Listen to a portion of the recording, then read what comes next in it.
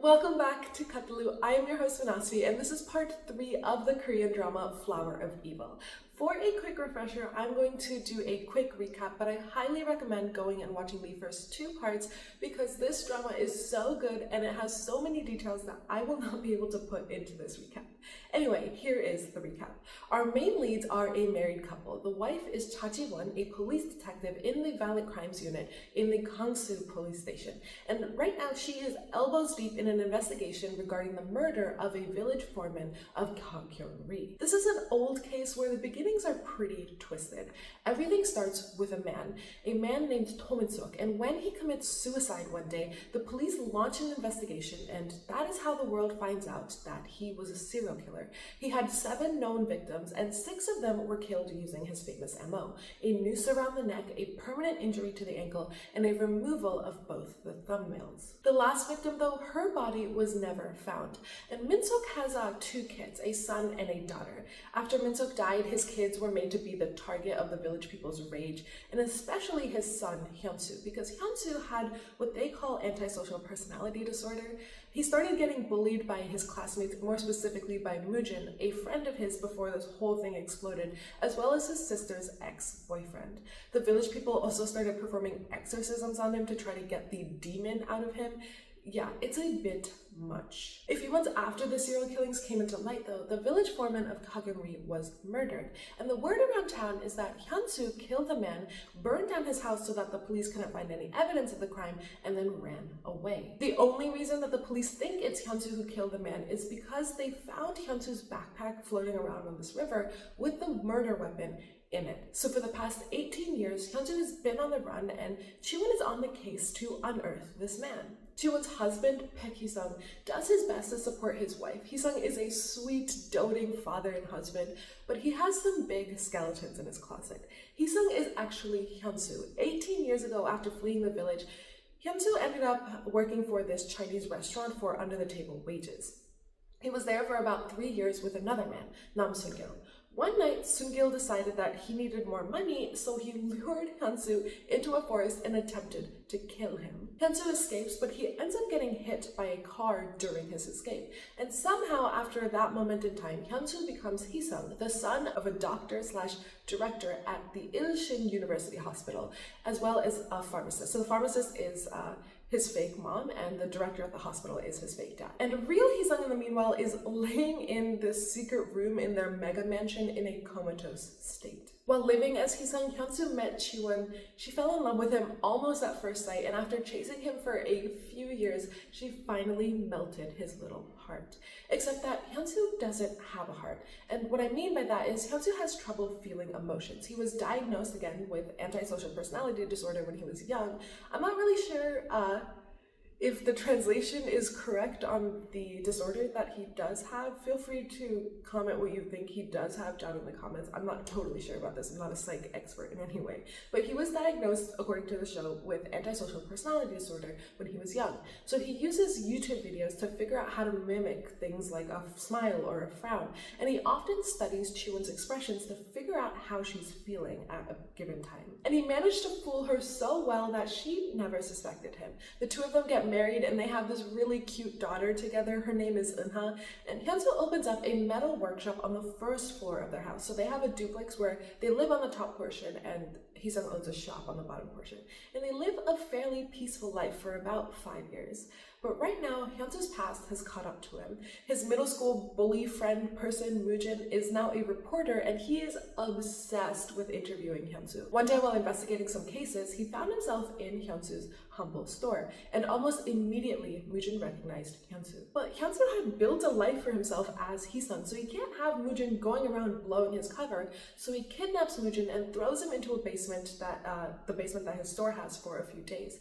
And during those days, a Min-suk copycat killer has risen. Seung-gil had called Mujin with a tip about Hyun-soo, but Seung-gil ended up getting murdered by Min-suk's copycat.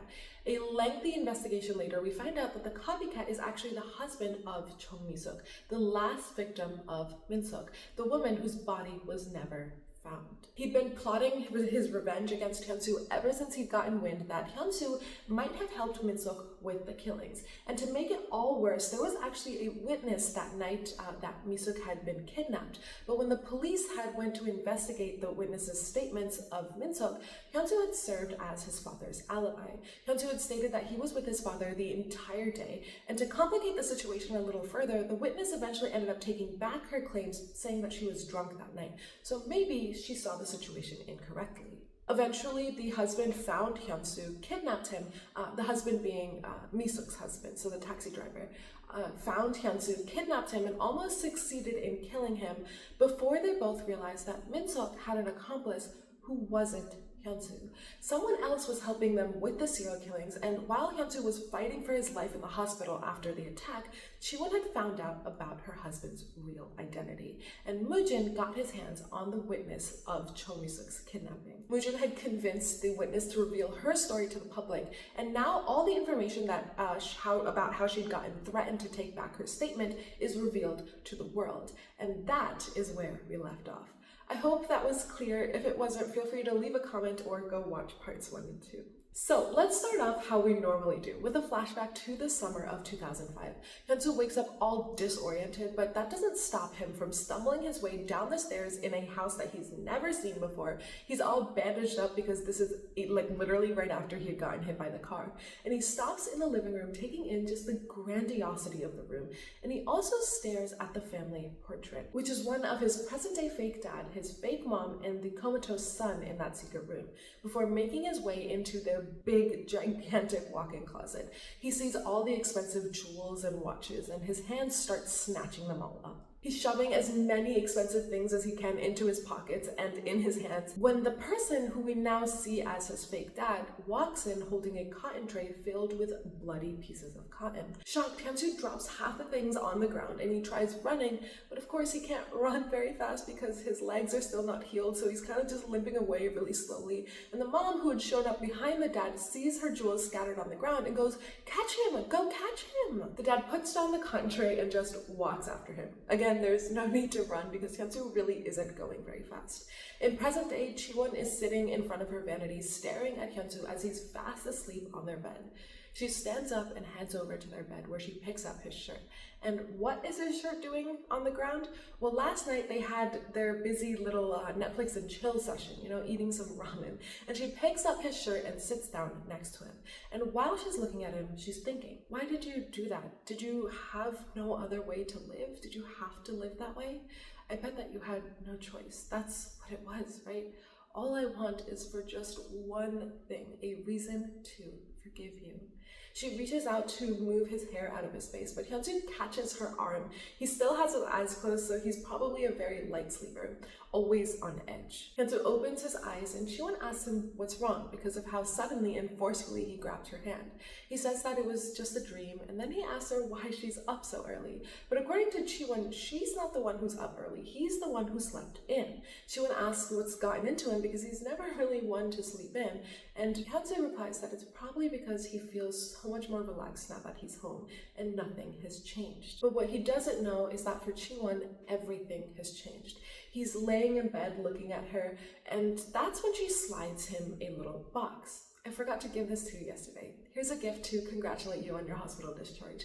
We couldn't find your watch. I asked forensics, but they couldn't find it either. It's not as good as the one you had before, but I hope you like it. He puts it on his wrist, and with the brightest smile, he tells her that he loves it. She warns him not to lose this one, and he shows it off to her again, saying that, I guess one little thing has changed.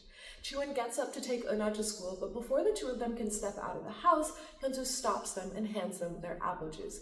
Unrelated side note, he made the juice with a juicer. How many of you have juicers at home? And if you do have one, is it worth it? Because I just throw everything into a blender and blend it up, and that's my juice.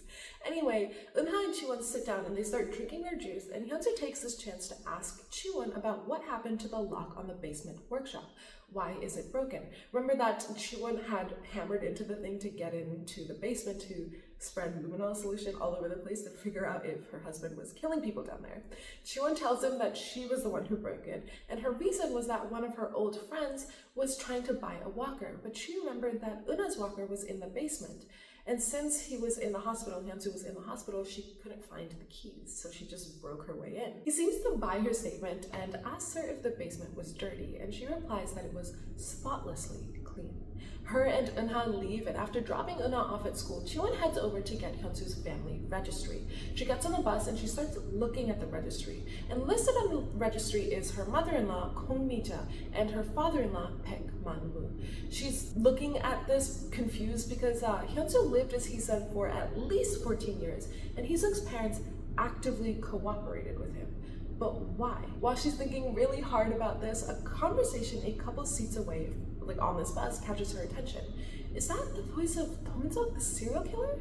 No, it's the voice of his accomplice. No one knew that there was an accomplice up until now. Isn't it so creepy?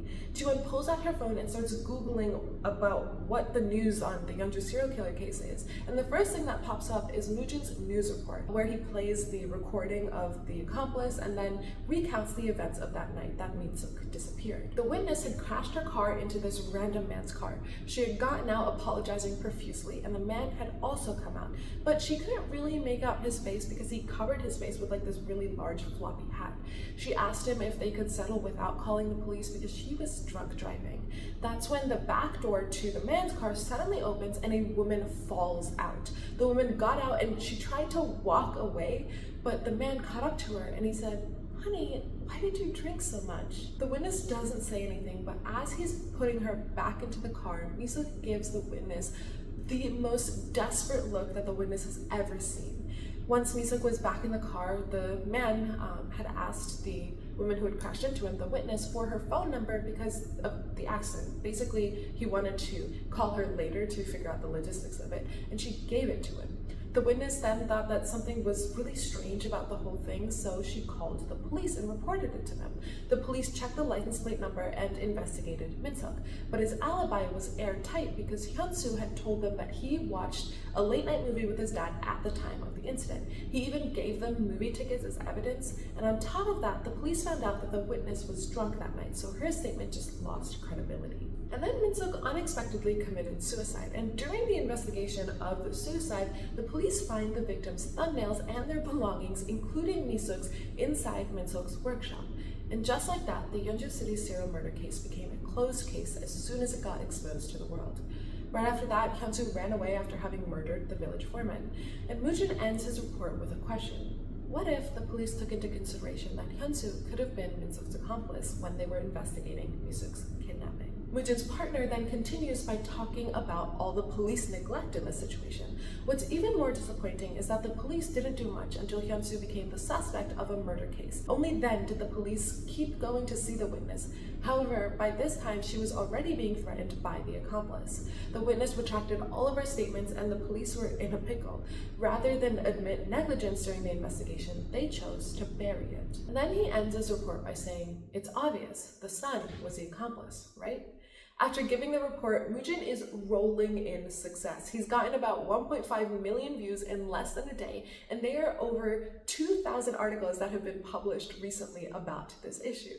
Something to note is that this news is being watched by Hyun-soo's fake mom, his fake dad, and by Hae-soo, his biological sister. Later that night, Hyun-soo is busy changing the lock on his basement door, while Chae-Won is in their living room watching the news that's, of course, once again talking about Hyun-soo. When he comes back, Chae-Won tells him that Moojin released an exclusive, and she asks him if he wants to hear the accomplice's voice. Hyun-soo declines, saying that it would just make him squeamish, and I can't imagine what's probably going through Chae-Won's head at this time. Like, bro, you literally, at the very least, beat someone up in your basement. Hyun-soo changes the channel, and after sitting there for a few minutes, Chae-Won asks him if he has some time tomorrow. Hyun-soo gets all excited, asking if this is a date, and she tells him that it's something like that. And when he gives her the green light, she tells him that she's going to head to bed. After Chae-Won heads into their bedroom, Hyun-soo heads inside, plugs in his headphones, and starts listening to the recording that the witness produced. And then he calls up Moojin. Moojin was busy partying in a karaoke room because he had just reached 200k followers on Instagram. And that's when he gets the call from Hyun-soo. He exits the room to take it. "What? You implied that Hyunsu was the accomplice on the news. It's a reasonable suspicion. What about it? Switch angles. If Hyunsu and the witness statements are all true, then there must be a third party. Who are you to order me around? I'm not your servant. Stop telling me what to do. Get it together, Moojin, and listen to me. I listened to the accomplice's voice over and over again, and something about it bothers me. No, you listen to me, Hyunsu. From now on, this case isn't your life. It's mine. Then let me help you. Don't make me laugh. You know that you're the prime suspect, right? Moojin, you have to believe me. Why? Because you know my weakness? Or what? You'll lock me up in your basement and threaten me again? Do as you wish. Let's see who dies first. I can't trust you. The next morning, Woo-chul and the rest of the chiefs are at the police station discussing the investigation on the village foreman murder. They had to reopen it because of Kyungchun, and now the whole case is in the limelight thanks to Moojin, and they need to amp up the investigation. Teams 1 and 2, which are not Woo-chul's team, have their hands full with voice phishing and arson cases. And Team 3, so Woo-chul's team, is working on lettuce. Hojin is leading an investigation on the local lettuce thief. Someone has been stealing lettuce for the past 2 weeks. Hojin is having a hard time getting the rest of the team to really care about this issue though. Detective Chae is constantly falling asleep during their briefings, and Chae-Won keeps disappearing in the middle of the investigation. At this moment, she's in a counseling room, and this counseling room is the one that Hyunsu was in 26 years ago as a 13-year-old boy who had just thrown his neighbor's dog into a well. We'll get back to that a little bit later, but right now let's jump to where Hyunsu is. He's back in the hospital, but not as a patient. He's actually sitting on the sofa inside his fake father's private room. And the dad is sitting on this armchair across from him, and he says, "What do you think credibility means?" Credibility is keeping promises. Even if that promise seems inefficient and irrational, you keep it. That's credibility. I thought that you'd be pleased that I took care of Kyungchun without killing him. However, you're angry with me. That is a different matter. The dad gets up from his seat and he heads to his desk. He presses a button on his keyboard and the news on his computer starts playing. It's once again the clip of the recording that the witness had produced. Once the voice goes away, he pauses the video and says, "Is this you?" "No." "Well, that's too bad because I don't believe you. This is the consequence you face for not keeping your promises. How am I supposed to trust you? I don't trust you, Hyunsu. I want to trust you. You know that, right? With that in mind, I'd like us to make another promise. If it comes close to your identity being exposed again, you will leave. Go where no one can find you, for everybody's sake. If you do that, I'll take care of your wife and daughter forever." This is to avoid the worst possible outcome, and I'm sure you're aware of what that is. Hyunsu nods, and the scene cuts to Moojin. He's asleep at his desk when his boss slaps him on the shoulder to wake him up. "Moojin, get up. This isn't time for you to nap. You're being asked for again. She won't do the interview unless it's with you." "Who on earth is it this time, Miss Kang?" "Look, over there, it's Toizu. Could we have been struck by any more luck?" Seeing her, Moojin collapses onto the ground and starts hiding underneath his desk. "Miss Kang, be honest with me. How do I look right now?" She takes a look at him, at his messy face, his tired face, his stained shirt, and says, "You're a mess." He rubs his hands on his face and asks his boss for a favor. "I'm really sorry to ask, but can you buy me a dress shirt and wet wipes? It's just that Haesu and I, she's my first love, and I just can't have her seeing me like this." Miss Kang looks shocked. "How long has it been since you've last seen her?" 17 years. Save a man, boss." And while she goes to get Moojin some things to clean himself up with, Chae-Won is now watching the VCR tapes that the counseling office center had on the 13-year-old Hyunsu. The tape starts off by showcasing the diagnosis for Hyunsu. He was diagnosed with depression and aggression. And then the questions by the doctor starts. "Hyunsu, it's all right. You can tell me." And little Hyunsu says, "Who I wanted to eliminate was Kim, the dog's owner. He's nasty and rude. But I couldn't kill a person. The body is harder to get rid of." And Chae-Won's mind is racing, and she asks the person who's showing her the tape, "Is it safe to say that Hyunsu was born with antisocial personality disorder?" The woman thinks for a second before pulling out a second tape and inserting it into the VCR, and Chae-Won is shocked. The footage shows a 13-year-old Hyunsu punching another boy, and it's not just one punch and it's over. Hyunsu has the boy pinned down onto the floor, he's strangling him, and is repeatedly pounding into him. The woman pauses the video and points out the cassette player that is laying on the ground next to Hyunsu. "Do you see that cassette player? He's usually quiet and keeps to himself, but he becomes manic anytime that cassette player is involved. Why is he so attached to it, do you think? No one knows, not even his family. And now Chae-Won is curious. What is on that cassette? She rushes back to her desk area where there's this locker that she's used to store the black duffel bag that Seung-gil's wife had given her. She takes it out and heads out when Ho-jun bumps into her. He tries to tell her about the lettuce thief and how they found the lettuce in the trash, but Chae-Won tells him later. They'll talk about it later. Ho-jun goes over to Woo-cheol to ask him why he thinks that the thief tossed the lettuce into the trash, but Woo-cheol also tells him later because there'll be a meeting soon to reinvestigate the Yeonju City's serial murder case. And Ho-jun is left pouting because no one seems to have time for him. Chae-Won is in the hallway talking to Seung-gil's wife, and she tries asking about the cassette player, but all she gets was that Seung-gil knew Hyun-soo would come back for the bag because he was obsessed with the cassette player in that bag. But before Chae-Won can ask any more questions, the call cuts because Seung-gil's wife is at a temple in the mountains to pray for her late husband. Back with Moojin, his boss has got him everything that he needed to clean himself up, and once he was done, he and Hae-soo head over to this nearby cafe, and they're both sitting there awkwardly until Moojin breaks the silence. Have you been living in Seoul all this time? It's weird that we've never crossed paths. It's a city with 10 million residents, Moojin. Right, Seoul is a metropolis, even by global standards. Anyway, it looks like you've changed a lot. In the past, you were always surrounded by friends, and you laughed even at the smallest stuff. You were kind of like a really popular idol star. Yeah, well, I couldn't really continue living as a popular idol star after I found out my dad killed 7 people. Right, I know what you mean. By the way, how is your job? I heard that you're a prosthetic makeup artist. I don't know much about it, but it seems really fun. I got fired. And Moojin doesn't know what to say, but after a couple of seconds, Hae-soo asked him if they could leave, and he starts panicking. They've just started talking and she wants to leave already? Is he being too weird? Is she too busy? But she tells him to look behind her. Do you see that guy who's reading behind me? Don't make it obvious that we're talking about him. He's a reporter and he thinks that I'm helping Hyun-soo hide somewhere. I keep running into him all over the place these days. Hae-soo, is he stalking you?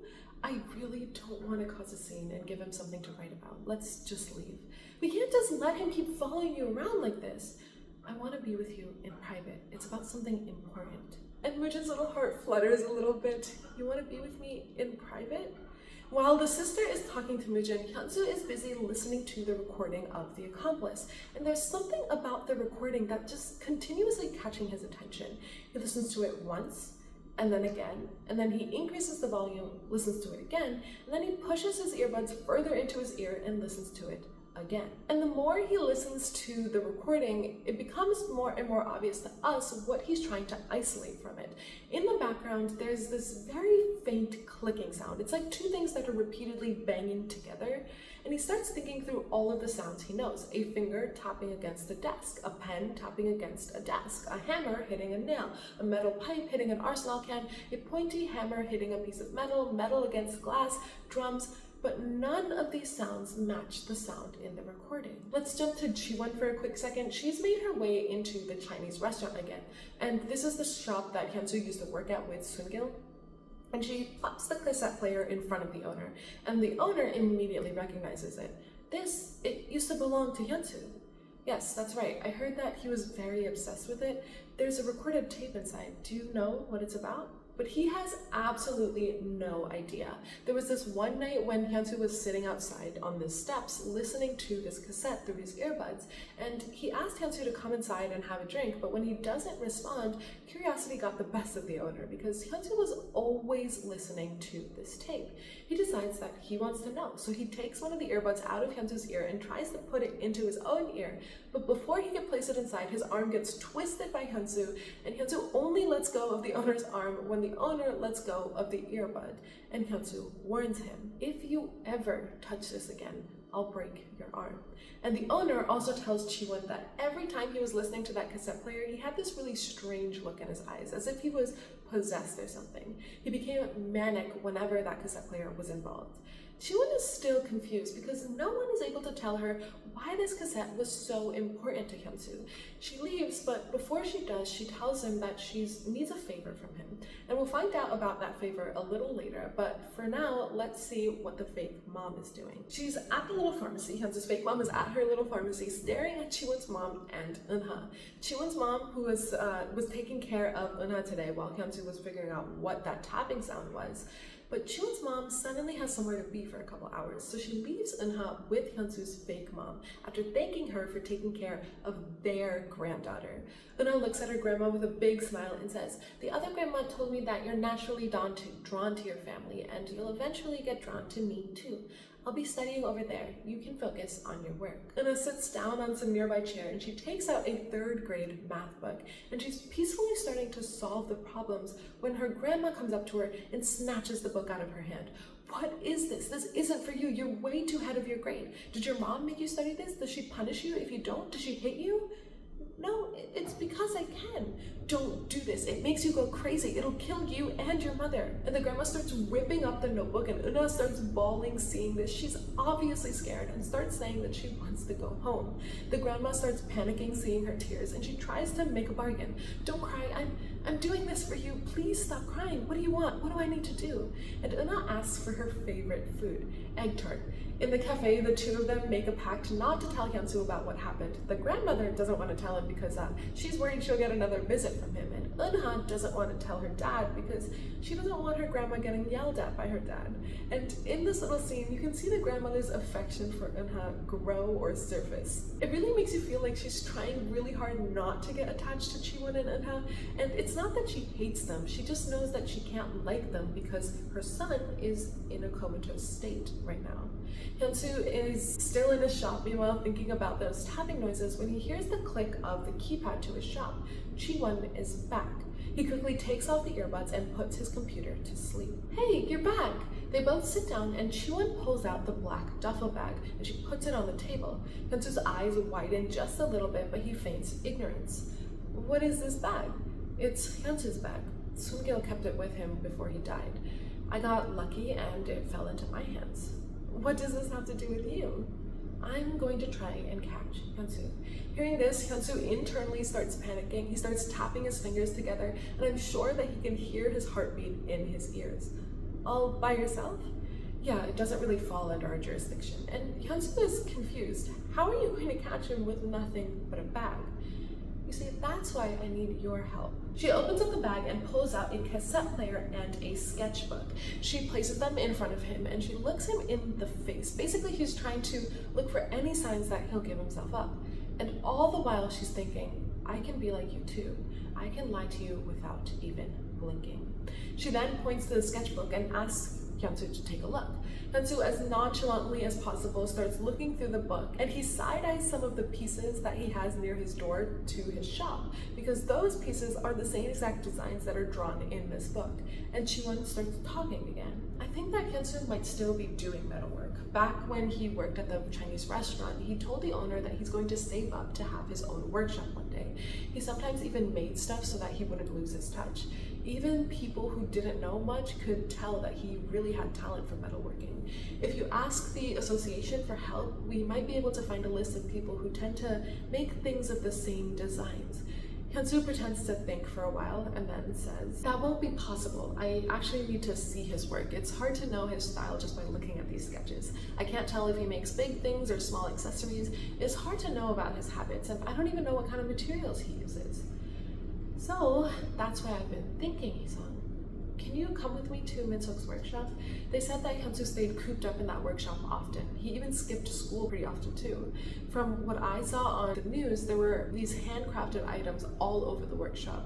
"You set aside some time this afternoon, right? So you'll go with me? It can double as a date." And even though he's freaking out on the inside because of this request, he puts on a smile and says, "Sure."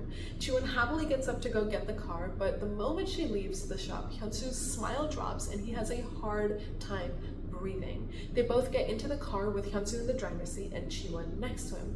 And the first few miles of their trip are silent because Hyun-soo is thinking about how to dissuade her from catching him, and I can't even imagine what Chae-Won is feeling at the moment.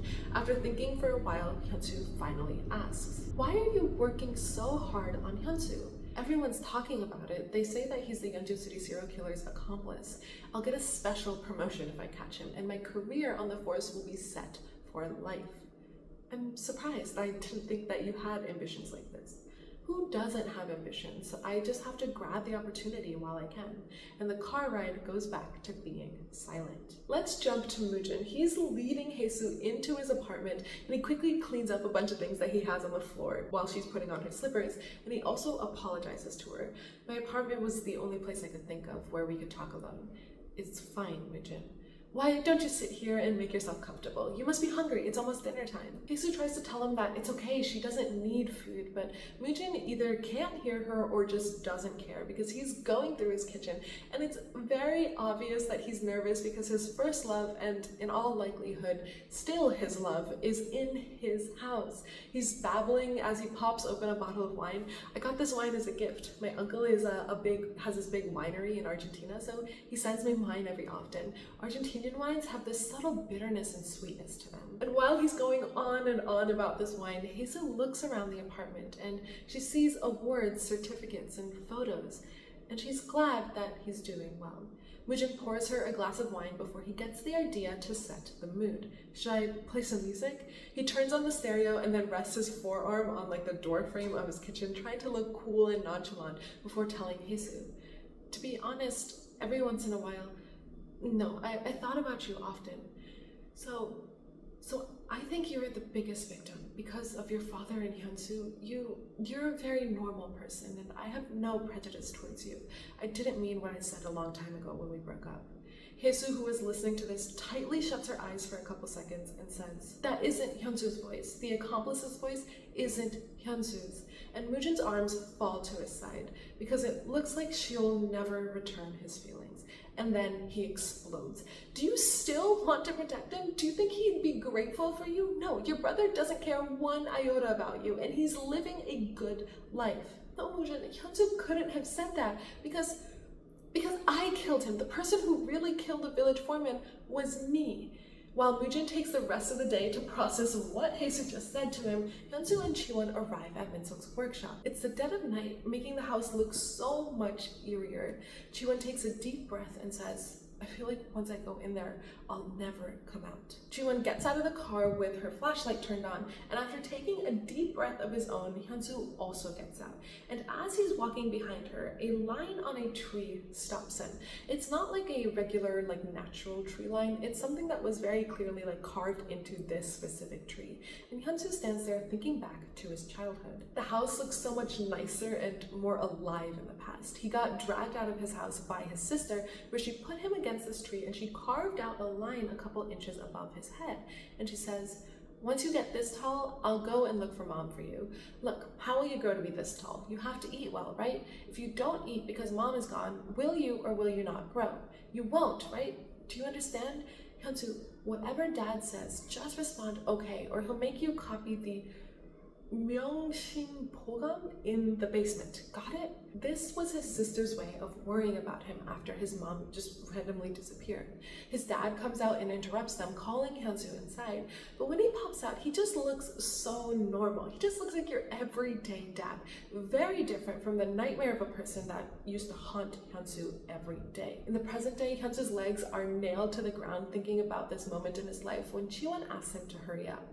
They both walk up to the door, and after tugging on the lock for a little bit, Hyun-soo is like, "Oh, it's locked. Looks like we can't enter." But when he turns to look at Chae-Won, she's at the side of the building, standing in front of a window that's wide open. So they jump into the house through the window and ignore the fact that this is probably highly illegal for law enforcement to do. But anyway, inside of this house on the table is a little metal turtle. Chae-Won picks it up. Could Hyun-soo have made this? Is this enough to learn about his aesthetic? It's a bit amateur. This is a wax carving. It wasn't like the metal that was engraved on. A template was made with soft wax to make the plaster mold for this item. Do you see these fine lines over here? They're from a file, and here you can see that it's asymmetrical. That's because the maker can't use a file properly. He tried to show off a little though. You know what? That must be what distinguishes him, his lousy work with a file. These aren't sellable. He was young back then, he said. His work could have gotten better. Well, no one can know that, right? This is too bad. We came all this way for nothing. And he's getting ready to head out when Chae-Won stops him. Actually, where I wanted to go is somewhere else. The crime scene. The basement. If it's too much for you, wait for me in the car and I'll go take a look by myself. But there is no universe where he'll be letting her go down there by herself. He takes the flashlight from her and the two of them head downstairs. And every step Hyun-soo takes, it gets harder and harder for him to breathe. Halfway down the stairs, Hyun-soo has to cover his nose because something smells so foul, and Chae-Won turns to tell him that it's the stench of blood. The smell stays unless the blood is cleaned with hydrogen peroxide. When they get all the way down to the bottom, Hyun-soo can't look away from the cage. His worst nightmare is coming back to him. He's getting restless, and the whole time, Chae-Won is looking at him from behind. She then pulls out Hyun-soo's cassette player and clicks the play button.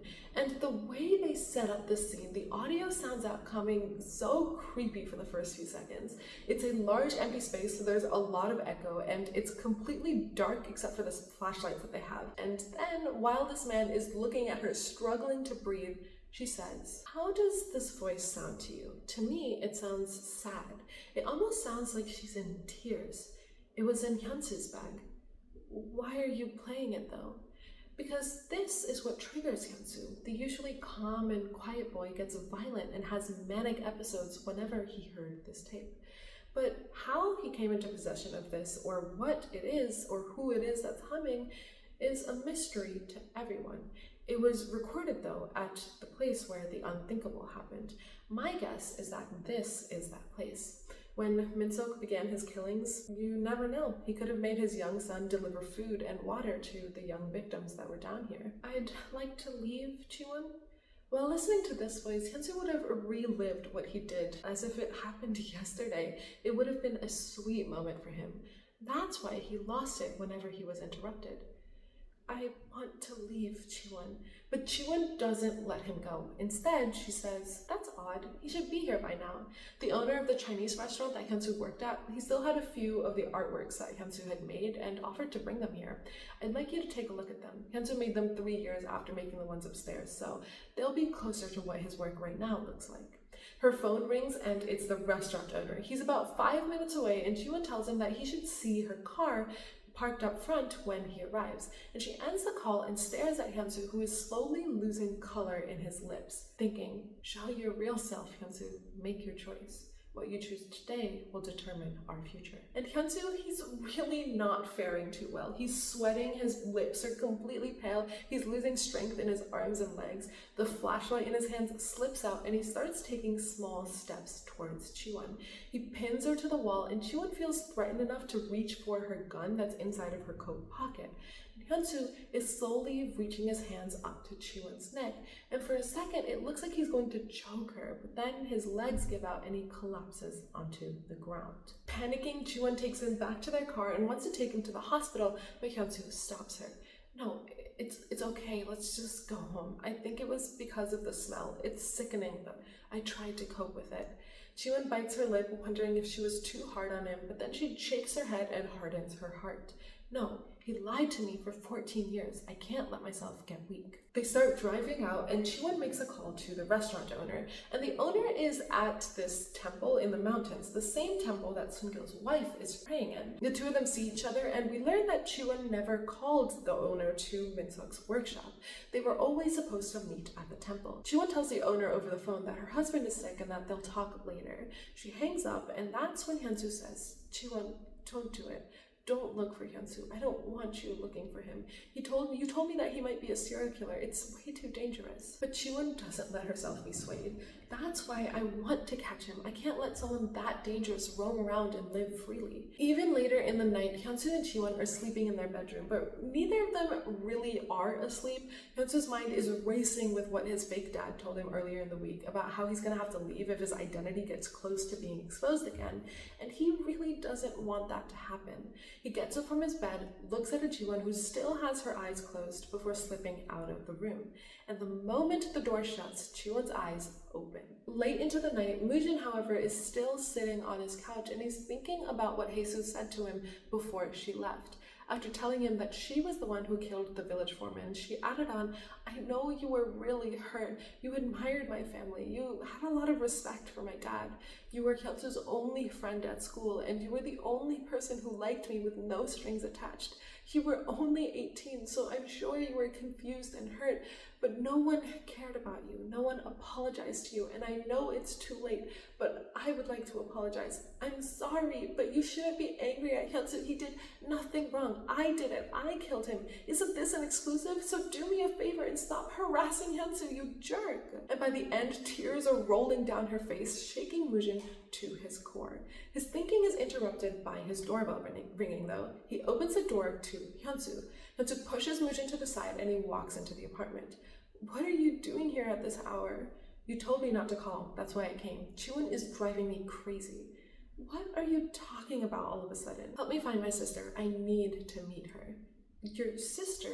Haesu?" Hyunsu sighs and pulls out a small cassette, the blackmail tape that he had on Mujin. He puts it down on the table in front of him and slides it towards Mujin. "I'm sorry about what happened before. I'm sorry I used your weakness to threaten you. Does this settle things between us? Now, it's time for you to help me. I need to find that jerk no matter what." And when Hyunsu says this, the camera zooms in onto his watch, the one that Chae-Won had given him since he lost his old one.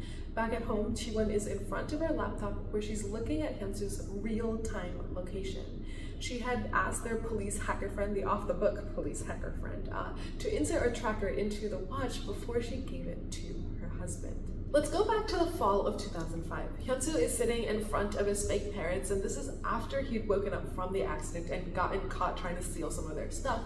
And they're having this conversation about the situation at hand. The dad asks Hyunsu, "Are you comfortable here?" "I get fed and the bed is comfortable. What a comfortable imprisonment." "I have a question though. I was the one who was hit by the car. Why is the driver in a coma?" The dad loses his smile and turns to look at the mom. She's shaking a bit while looking back at her husband, and then she gets up and walks out of the room, leaving just Hyunsu and the dad to finish up the conversation. The dad continues, "It's the same reason you're a fugitive. An accident occurred which no one intended. What do you two have to gain by giving me his identity? We may have lost our son, but we want to keep everything else, my wife and myself. Last week, I became the chief of surgery at the university hospital. Do you know what that means? It means that if people find out about your son's condition, you may lose that position. But what if I refuse? What will you do with me then? It's obvious, even if I don't do anything to you, you'll end up in prison and my life in the gutter." And I have to interrupt for a second because I don't understand this. I didn't understand it when I was first watching it, and even rewatching it now, maybe I'm missing some cultural aspect to it, but why would exposing the condition of his biological son force him to give up his career? Like, I'm pretty sure the reason that he's in this state is probably shady to begin with, but if they were able to replace their son without anybody noticing, like give him, just basically practically change his face, then they can for sure at least lie about the reason that their real son, their biological son, ended up in that state to begin with, right? Like, make a reason that gathers a lot of sympathy and then your life will be even better, right? But again, like I said, maybe there's some sort of cultural aspect that I'm missing. If you do know why, let me know down in the comments. Anyway, Hyunsu is fine with this arrangement and the dad slides a binder to Hyunsu. The binder is filled with newspaper clippings of Hee-sung as a kid, awards that he's gotten, social media posts. The plan is for Hyunsu to learn what kinds of relationships Hee-sung had and slowly cut ties with these people. Thankfully for the two of them, Hee-sung had already completed his military service last year, but the problem comes from the fact that Hee-sung had applied to a military reserves soldier training program. I'm no expert on this by any means, so I did a quick Google search, and according to Wikipedia, it's a college-based officer training program. You can apply to it, and if you get accepted, you undergo physical and military education throughout like a regular college semester. So in order to make this work, Hyunsu bleaches his hair just like how Hee-sung had it at that point in time and goes to get a replacement ID. When he gets there though, he's required to scan his fingerprint, and of course because he's not actually Hee-sung, it doesn't work. But the worker tells him that the machine can be faulty and that it doesn't work 3 out of 10 times.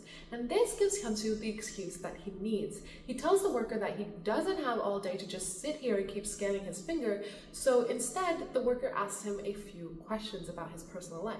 Hyunsu, of course, aces those questions and gets himself a new ID as Peg. Hee-sung. In present day, Hyun-soo is in Moojin's apartment where Moojin is calling Hyun-soo shameless. No matter how much I think about it, you are shameless. You want me to find Hae-soo? Why would I do that? Chae-Won, she wants to catch Hyun-soo because you made Hyun-soo a serial killer's accomplice. Do you really believe that I was my father's accomplice?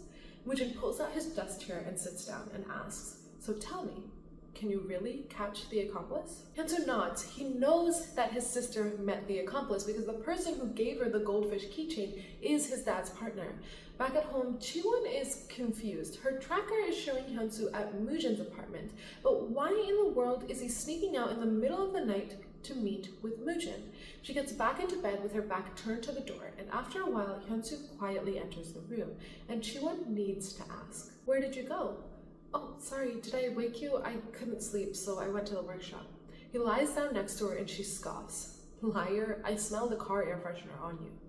Why are you so angry? Angry? I'm not angry. He places a hand on her shoulder and says, okay, I thought you were. I got some stuff from the car. It's a shipment of raw materials from yesterday. Face me.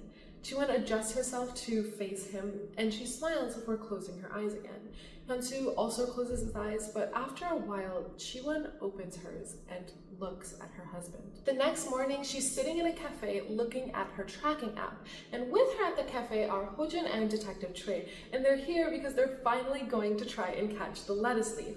A couple tables away from them is a group of 2 adult men and 2 boys, and the team can't see the boys' faces because the adult men are sitting in a way where they're facing the team, and then the kids have their backs turned to the team. And Detective Chae tells Ho-jun that this is how these groups of people operate. They make a newbie commit some sort of petty theft like stealing lettuce, and then they add them to the real heist. Their team needs to catch the minor actually committing the theft in order to bust the people ordering these minors around to commit these crimes. And when he turns to look at them again, it looks like they've found their prey, a pretty woman in her early 20s who has a laptop with her.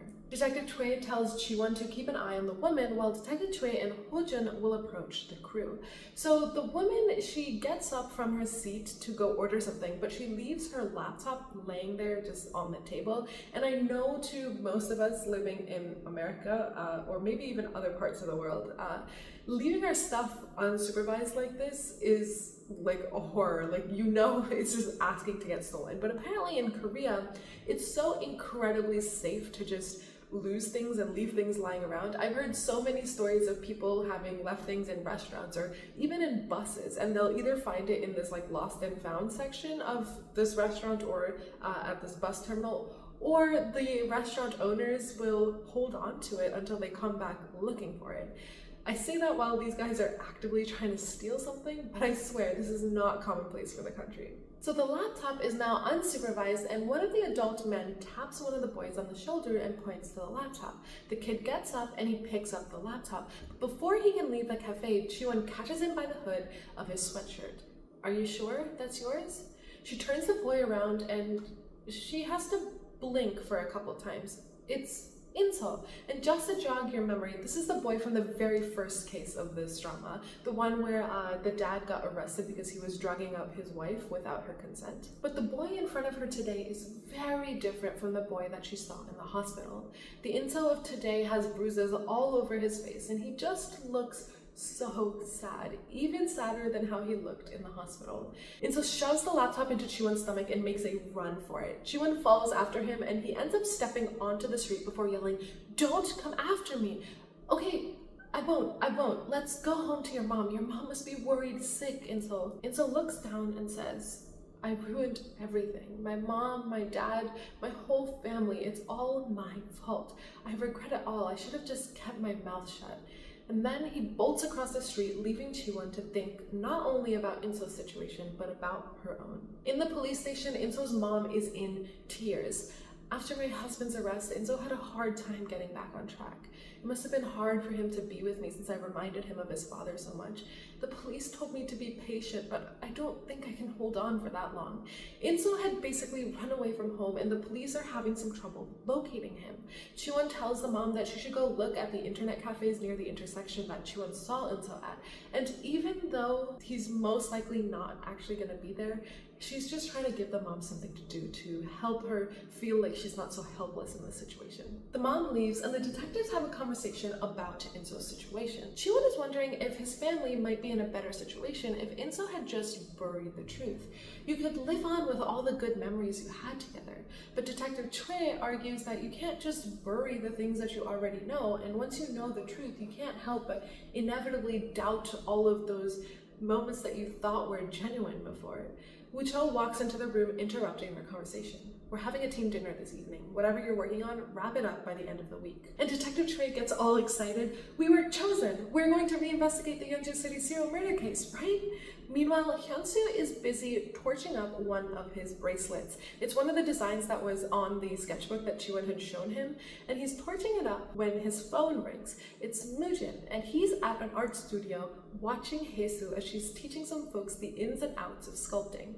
He's found Haesoo, and Hyun-soo gets suspicious because he found her so incredibly fast. Have they been in contact all this time? But Moojin doesn't answer that question. Instead, he says, today at 7 p.m. I'll text you the address later. Got it. Also, there's one more thing I need you to look into. I found a discrepancy in Mi-seok's case file. It says that she packed a bag and left after arguing with her husband. So why did Kyung-chun report her missing?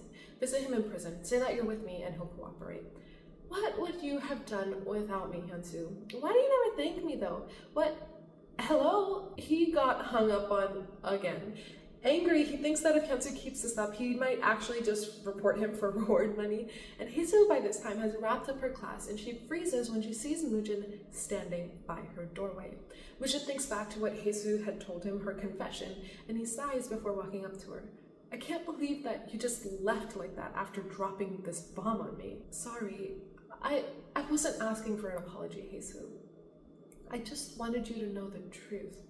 Right, that's why I came to set off a bomb of my own. I'm ready for it. Truth to be told, I haven't been able to sleep peacefully since that day. Moojin gets a little closer to her ear and whispers, I found Hyun-soo. I'm that good. Back with Chae-Won, she's now at the team dinner and Woo-Cheol is asking everybody about their thoughts, if they feel comfortable taking on this case. Detective Chae is all gung-ho for it. They were the ones that caught Kyung-chun, so it's only natural that they should take it. Ho-jin is unsure if taking up this case is a good thing or not, and Chae-Won flat out says, I'm against the idea. For a high-profile case, it has such a low success rate.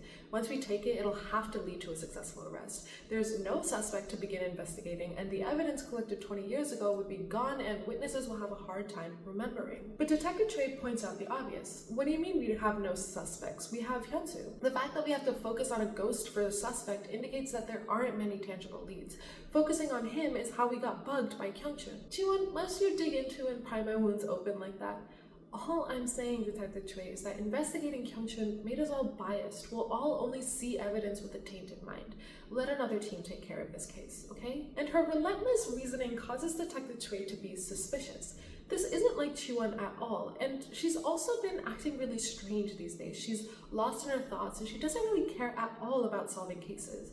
And then he theorizes that maybe she started working on another case on her own. The team has this really cute joking session about how betrayed they feel, and to make it all worse, at that time, Chae-Won's phone rings. She freezes, and everybody starts questioning if that's her informant, but she picks it up and shows them that it's just her husband, before excusing herself to answer it. Hyun-soo's calling her to tell her that he'll be late today. There's this person who was interested in his work and wants to put on an exhibition with his pieces, and Hyun-soo is currently having drinks with him. But Chae-Won knows that he's lying, one, because he rejected the same exact offer months ago, and two, the tracker on his watch is showing Chae-Won that he's still on the move, so how can he possibly be having drinks with somebody at this point?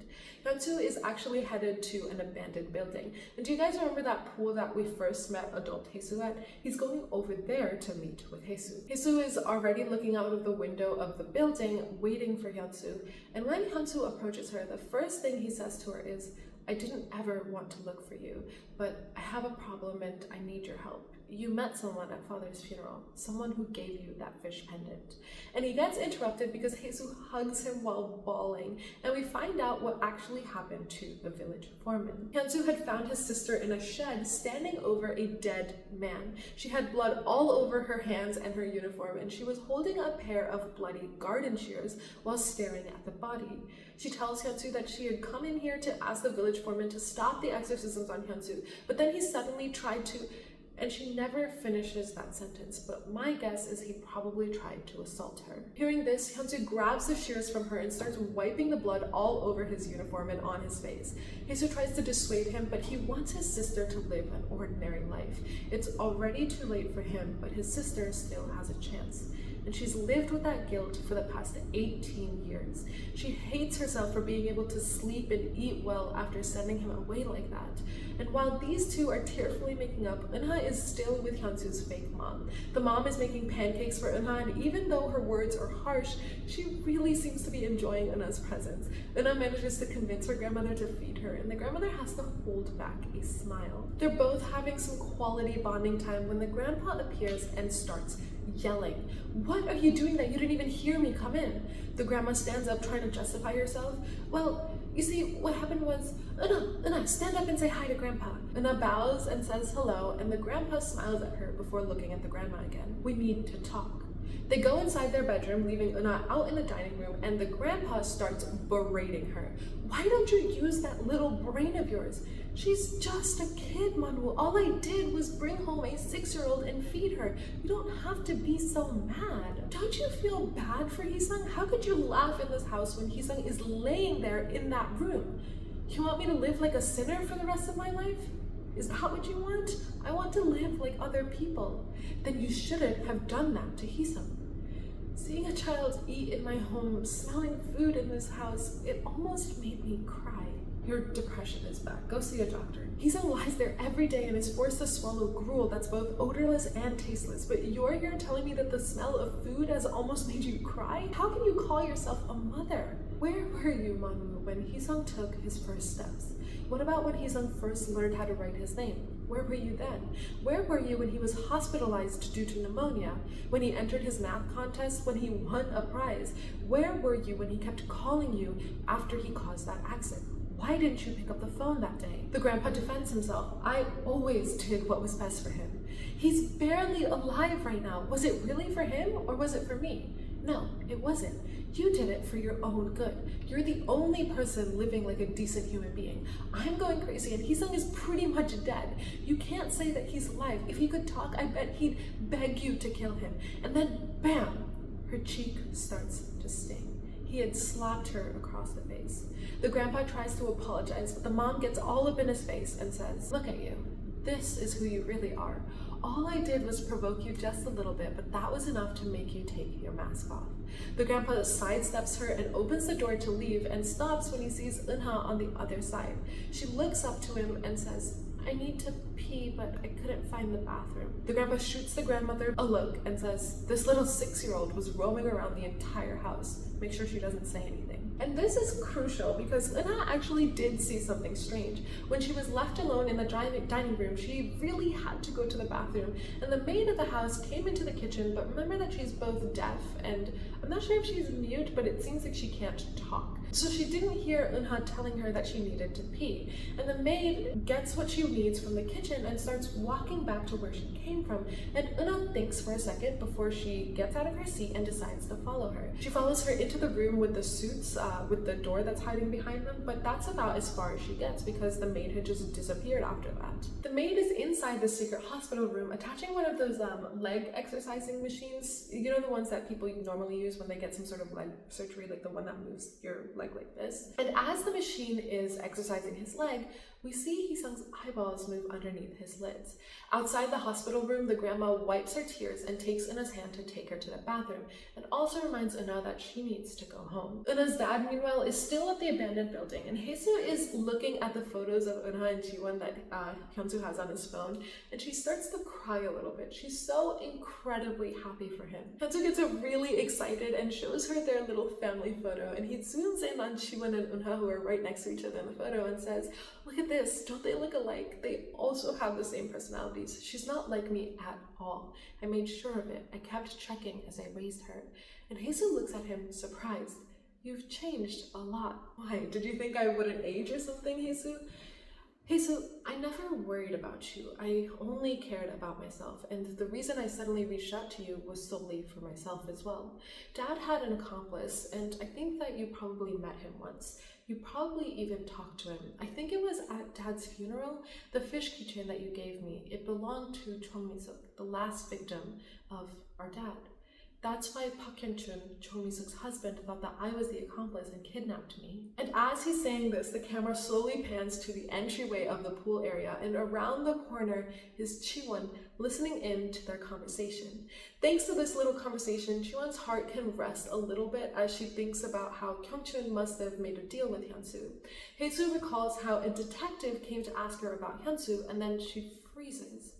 "This photo of your wife, she's not who I think she is she? You're right, she's a cop. She was in charge of Kyung-chun's case, and I'm still walking on thin ice right now. I can't afford to make any mistakes. I'm going to live as Baek Hee-sung until the very end." And Hae-soo asks, "Do you love her?" And at this question, Chae-Won's palms start sweating, and she strains her ears just to make sure that she doesn't miss his answer. And when Hyun-soo says, "No, I never once felt that way. I don't know what that feels like," you can hear her heart crack. She walks out of there with her head down and tears in her eyes. What was she expecting? That he would actually feel something for her? And Chae-Won is wandering the streets nursing her broken heart when she gets a call from her mom. Eunha's face pops up on the screen, and she's excitedly holding out this little drawing that she made. "Mom, Dad won't pick up his phone. I need to show him my drawing." "You can show me, Eunha." "Ta-da! It's our house. You drew it so well, Eunha. I love you a lot." "Me too. I love you too." "How much?" "I love you to the moon and back, just as much as I love Dad." And Chae-Won has to hold in her tears again. They hang up after a bit, and Chae-Won makes up her mind.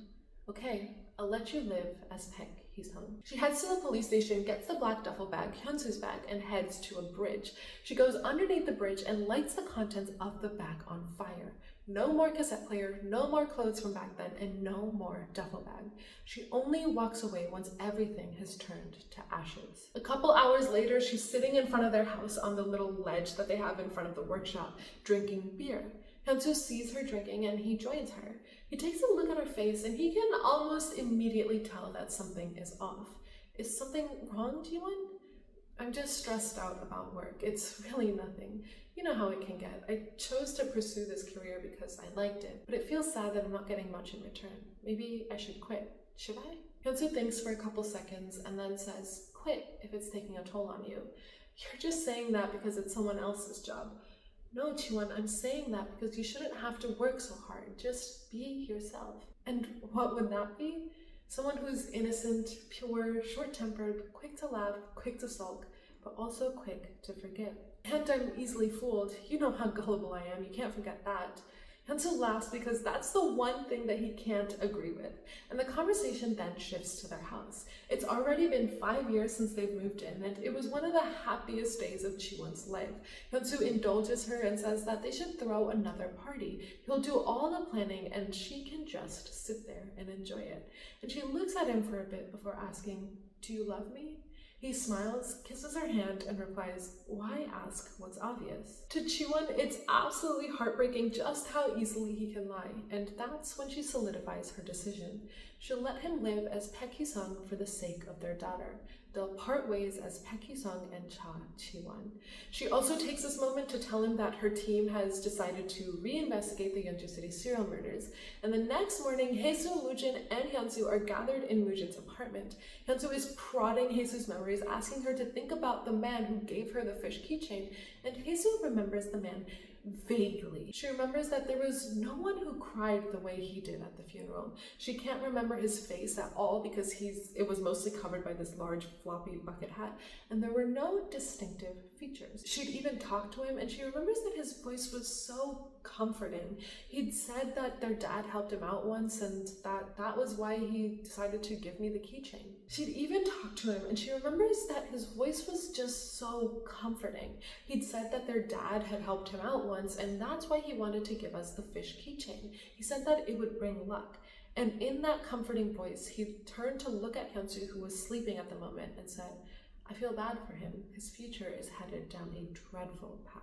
And remember that Haesoo is still basically a child at this point, right? So hearing that freaked her out, and that's why she gave him the keychain. She said that she gave it to him because she thought Hyun-soo would need it more. The last thing she remembered, something that she only remembered while she was watching the interview by the witness, was that he had told her to call him, but only when she felt hopeless and had no one to turn to. He then took her arm and started to write down the phone numbers on her forearm.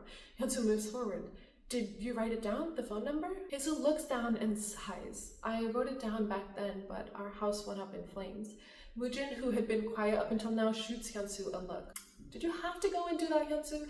And again, Haesoo drops another bomb on him. "After Hyun-soo left, I had to burn any traces he left behind and my school uniform." So basically, Haesoo was the one who burned down the house as well. So Haesoo's not only a murderer, but she's also an arsonist. Of course, Moojin can't say anything to Haesoo, so instead he turns to their little whiteboard that he has. It's not actually a whiteboard. They're using his patio door as a whiteboard, and he just writes on top of it.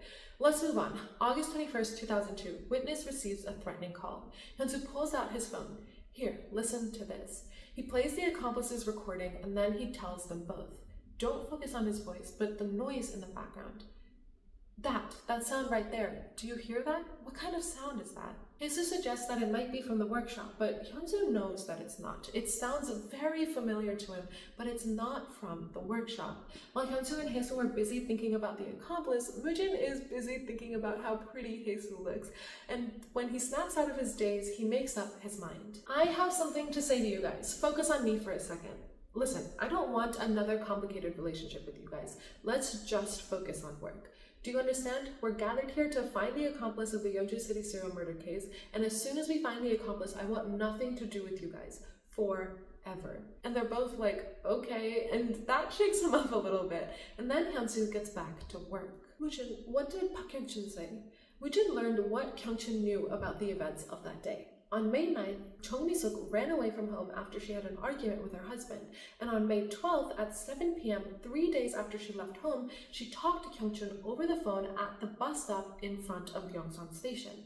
And that's when she found out that her husband was hospitalized due to a car accident. Shocked that her husband was hospitalized, she asked the patient room number and quickly hung up the phone. And then she suddenly went missing right after that. Haesoo wonders if she got kidnapped on her way to the hospital, but Hyun-soo shakes his head. No, Dad wouldn't do that. It's too reckless. Dad hated it when things happened unexpectedly. And that's when Moojin remembers something he read in the articles that were published during that time. All the victims had a common feature, and on the other side of town, Chae-Won and the rest of the squad are looking into the same thing. They had gotten a whole room to themselves for this investigation, and they all got this little box of stuff to set up their desk. And while setting up, Chae-Won takes her time looking at a family photo she had on her desk and a little calendar which had marked the 5th anniversary of their house. Ho-jun, who was setting up next to her, says that he would really like a marriage like Chae-Won's one day because they're so very much in love even after 5 years of being married. And that stings Chae-Won because she knows that only one of them is in love. Chae-Won takes off her wedding ring and puts it in her desk drawer before the team gets to work. Ho-jun is giving a little presentation about what he knows so far. The victims all disappeared unexpectedly, but no one looked for them. Due to Min-suk's death, the police didn't go through an investigation regarding the victims, and therefore we have no information about any of the victims except for Mi-suk. Chae-Won jumps in. Kyung-chun, her husband, reported her missing back then, so we know where she was was up until she disappeared on May 11th, 2002. Ho-jin then pulls up a map and Chae-Won continues. These are Min-suk's whereabouts on May 11th. Min-suk and Hyun-soo had never met with Mi-suk that day, and according to Hyun-soo's handwritten statement, they often went to art exhibitions together. Detective Chae is skeptical. How can they believe the words of someone who could be an accomplice? Woo-chul pulls out Hyun-soo's written statement and throws it at Detective Chae. The statement is very detailed. It's good enough for an alibi. You should try reading sometimes. After having a little laugh, Chae-Won continues. Min-suk lent his car, and the accomplice met up with her. Here are the witness statements of all the people that Mi-suk met or called during the 3 days that she left home. There are 57 in total, and most of them called regarding a job offer. I'm sure we'll be able to find the accomplice among these. And Ho-jin is confused at Chae-Won's enthusiasm. A few days ago, she didn't want to take this case. Chae-Won doesn't say it out loud, but the reason she wants to solve this case is so that she can prepare for what to do next. While the police are coming to their own conclusions, Hyun-soo's squad is also reasoning out a couple of things.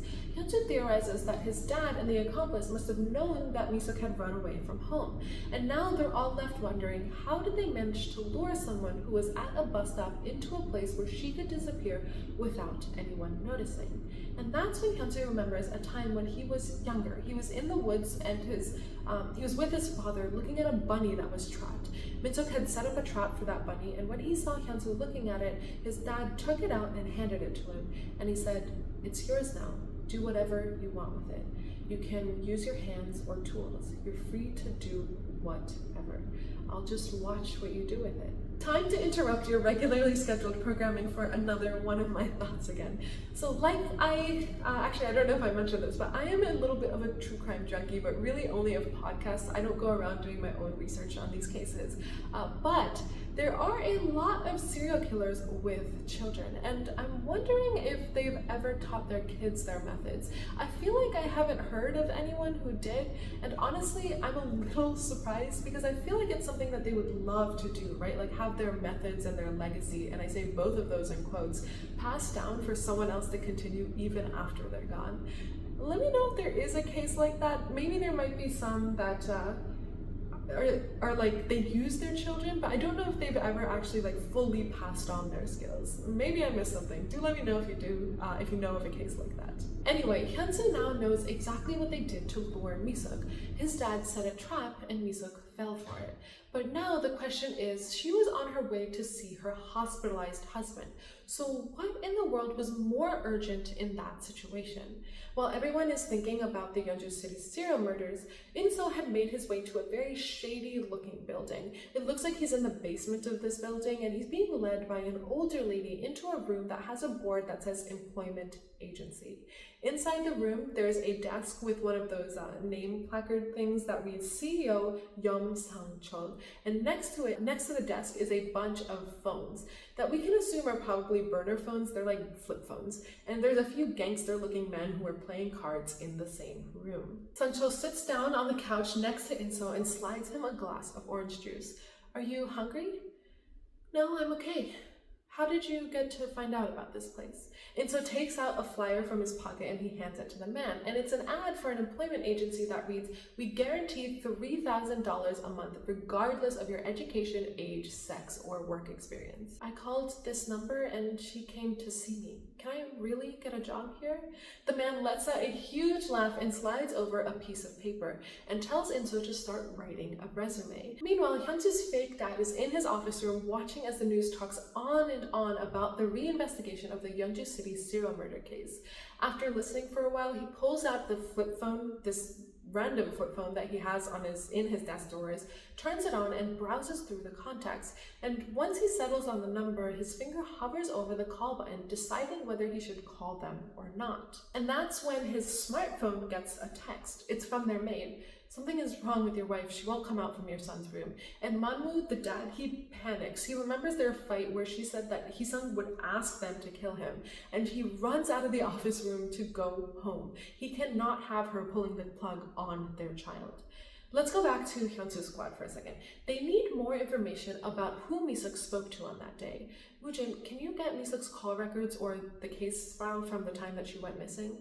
"I'm not a spy, I'm a reporter." Jesus sighs. If only she had remembered that number, but before she can keep blaming herself, Mujin consoles her. You were only 19. It's only natural that you don't remember. I should have at least remembered his face. Mujin looks at her while thinking, how could she kill a person? What happened back then? And while this little exchange is happening between his sister and Mujin, Hyunsu is just looking at the two of them, and he knows that the two of them are not over each other. Mujin eventually breaks the silence and says, okay guys, cheer up. You guys are too down. Let's eat something. We'll all faint from starvation. Hyunsu, do you remember how we used to love pizza back in the day? Do you remember how we said that we'd each have our own pie once we became adults? So, we're adults now. Should we each have a pie of our own? And Hyunsu can't hold it in anymore. Hey, Mujin, you're enjoying this, aren't you? Catching the accomplice comes second to you. Your real objective is getting back with my sister. Am I wrong? Then look at my sister in the eye right now and repeat what you said 18 years ago. Toisu, you make me sick. Do you remember, Heisu? You came home crying that day, asking me if your eyes looked that much like our father's. Mujin tries to argue back, but Heisu stops him, and Hyunsu continues. I don't care what you two do now that you've met again, but do it elsewhere. Please focus on this right now. Listen to this sound. And he plays the recording again. The place that the accomplice is recording from, I'm sure I've been there before. But Mujin has had enough. He stops the recording. Heisu tries to stop him again, but this time Mujin doesn't care. You always stop me, Heisu. You always have. I'm the normal one here. I'm the one who feels thousands of emotions, not him, the abnormal one. What do you take me for, Hyunsu? Do you think I'm some sort of chump? You don't feel gratitude or remorse. You have no shame. You're self-centered. What human being would want to stay by your side? You don't feel anything even after hearing that, do you? But you know something? Most people can't handle someone like you. Try showing this side of you to Detective Cha. See if she'll stay by you. And Heisu tries to defend him again. Mujin, it's just that Hyunsu is fixated on this right now. That's why. Are you still Hyunsu's spokesperson? How long will you keep that up? And now Hyunsu has had enough. This ended up becoming a playground for you. You're completely useless. He gets up to leave the apartment when Heisu says, sit down, Hyunsu. Sit down and listen to me. Hyunsu begrudgingly sits down, and Heisu convinces him to say what he really wants, what he really feels. He's changed. She knows that he's changed because he's never wanted anything before, but now he does. And the only way Mujin can help him is if he tells him what he wants. So Hyunsu airs out his thoughts. I want to live as Baek Hee-sung. There's nothing I want to become or do. I just want to live as Baek Hee-sung. That's all. I don't want to lose my life no matter what. That's really the only thing I feel. I never wanted to upset you. I thought I knew all there was to know about normal people's emotions and their responses, but at times, I don't understand why people get upset. Should I say thank you or sorry right now? I can say that as much as you want if you'll keep helping me. Forget it, Hyunsu. A forced apology won't do anything for me. Still, this won't lead us anywhere. Listening to it over and over again won't give us the answer. But this is a different story. I am quite close to Ho-jun on the reinvestigation squad, so I'll ask him out for a drink and get him wasted, and he might slip up. Hyunsu thanks him, so she thanks Mujin, and this turns Mujin into a pile of goo until Hyunsu bursts his bubble. Don't just sit there and make the call. Alright, I'm calling. I'm doing it right now. Unbelievable. He picks up the phone and is about to call Ho-jun when his phone starts ringing. Chae-Won is calling him. Why? For that, let's see what's going on while Hyunsu and Mujin were fighting. The detectives were all sitting around their desks, poring over the witness statements, looking up all of the people in Mi-suk's call records, and Detective Chae is done with this. I am so sick of this. Let's just go catch Hyunsu. And Chae-Won defends her husband. Hyunsu was not the accomplice. I'm sure of it. Please just trust me on this. No, that's not what I mean, Chae-Won. Think about the abduction process. The accomplice abducted the victim using Min-suk's car, locked her in the trunk, and then left the car there. Then Min-suk drove the car and locked the victim up in his workshop basement, right? That means that they met twice. They had to exchange the car keys twice. This means that Hyunsu must have seen the accomplice. But Ho-jun questions, he may have left the car key in the car, but Chae-Won's wheels have started turning. That's what someone who cares more about convenience would do. If he left the key in the car, then that means that he must have left the doors open, as in unlocked. Would he really have left the keys in the car and the doors open with someone abducted in their trunk? There's no way. Ho-jin questions again. What if he left the keys in a specified spot? And again, Detective Chae reasons that the car key was used in performing the crime. I would want to give and receive the keys in person if it were me, because no matter what else they choose to do, there will always be more variables and they'll lose the ability to control the situation. Chae-Won gets up and runs out. She realizes that Hyun-soo must have met the accomplice without realizing it, and she has to let him know, and right now he's at Mujin's, so she decided to call him. Mujin picks up, but his voice is a little weird. It sounds like he's somebody who lost his voice. Are you sick? I'm suffering from arthritis. Is something up? Pretend that I sound like somebody who has arthritis. And Chae-Won says, I was hoping we could meet up. Are you home? I'm sorry about this, but I can't even move an inch right now. Then get well soon and I'll see you sometime after. They hang up and Mujin lets out a breath. And a couple seconds after, Mujin's doorbell rings. He gets all excited because yes, the pizza is here. He opens the door with the biggest smile on his face, and when he sees who it is, he freezes. Chae-Won is standing in front of him. Mujin starts coughing to keep up the show that he's sick. My gosh, Detective Cha! And in the back for a moment, Hyun-soo hears this and he feels his breathing getting more erratic. Chae-Won says, I called your office and your boss was gushing over how you had another exclusive. My curiosity got the best of me. An exclusive? Like I said, I'm suffering from arthritis. And of course, because the world hates him, the pizza man shows up and Chae-Won is surprised, or at least she pretends to be surprised. Pizza when you have arthritis. You know what they say, right? It's more important to eat when you fall sick. And that's when Chae-Won sees 3 pairs of shoes lined up near his front door. And of course, one of them is Mujin's, but he definitely isn't wearing women's shoes that are too small to fit his feet or men's shoes that are way too big for him. You have company? Is it an informant? Psh, I don't know what you're talking about. Why would I invite an informant into my house? Detective Cha, why don't you meet me down at the coffee shop out front in about an hour? I'll wait until you're done with your informant. Either that or you share your findings with me. Mujin tries to come up with another cover when Hyun-soo pops up behind him saying, Mr. Kim, is something up? Meanwhile, Hyun-soo's fake mom is in her biological son's room thinking back to one of the happiest memories she's had with her child. She was making him pancakes to eat, but instead he sits in front of her and opens his mouth, basically asking his mom to feed him. The mom smiles, takes a bit of the pancake with her chopsticks and puts it in his mouth. Hee-sung then takes his own chopsticks and cuts another piece off and feeds it to his mom. Back in the hospital room, the mom strokes Hee-sung's hair and says, Thank you for hanging on as long as you did. You've done enough. I won't let you get lonely. Go ahead first and I'll join you soon. And then she removes the oxygen mask, and almost immediately the machine starts beeping. Hee-sung's body starts struggling and shaking, and that's when the doors to the room open, revealing the dad. The 2 parents start getting physical with each other. The dad is fighting to get closer to Hee-sung while the mom is trying her best to keep the dad away from her son. She grabs his suit and at his waist and using all of her strength to hold him back when all of a sudden the dad freezes. She turns to look at why he stopped struggling so suddenly, and there he is, her child laying on the hospital bed peacefully, no longer struggling, with his eyes wide open. And that is where I'm going to end it for this episode. Can you imagine being with somebody for 5 years where they really made you feel like they loved you so much only to find out that it was all a lie?